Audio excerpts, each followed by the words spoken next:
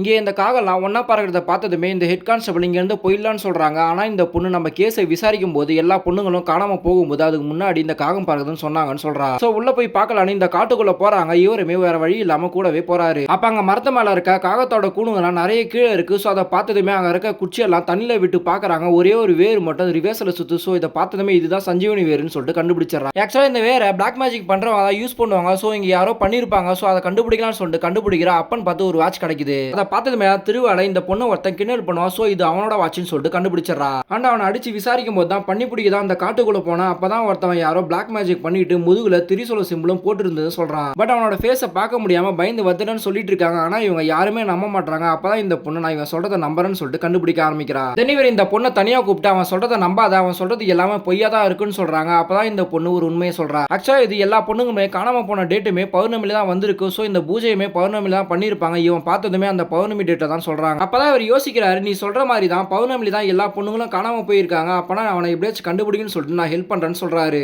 And next அந்த பாபுஜியோட friend கிட்ட இந்த ஊர்ல யாரெல்லாம் பச்சை குத்துவான்னு கேக்குறாங்க. அவருமே ஒரே ஒரு பொம்பளை தான் குத்துன்னு சொல்லிட்டு கூட்டிட்டு போறாங்க. ஆனா அவங்க இந்த பொண்ணு சொன்ன திரிசூல சிம்பிளை கேட்டதுமே அது சிவனோட கையில இருக்கிறது, எனக்கு குத்துற தைரியம் எனக்கும் கிடையாது, இந்த ஊர்ல யாருக்கும் கிடையாதுன்னு சொல்லிட்டு அனுப்பி விட்டுறாங்க. அண்ட் இந்த பொண்ணு கோவில் திருவாவோட கடைசி நாள் பாதுகாப்புக்காக நின்றுட்டு இருக்கா. அப்ப புத்துல இருந்து பாம்பு வந்து சூலத்து மேல நிக்குது. அதை பார்த்ததுமே தான் இந்த பொண்ணுக்கு காட்டுக்குள்ள போய் அடிபடும் போது ஹாஸ்பிட்டல்ல சேர்த்திருப்பாங்க. அப்ப கை தவறி ஒரு ஃபைல கீழே போட்டிருப்பா. அங்கதான் இந்த திரிசூல சிம்பிளை பார்த்திருப்பான்னு சொல்லிட்டு ஞாபகம் வந்துருது.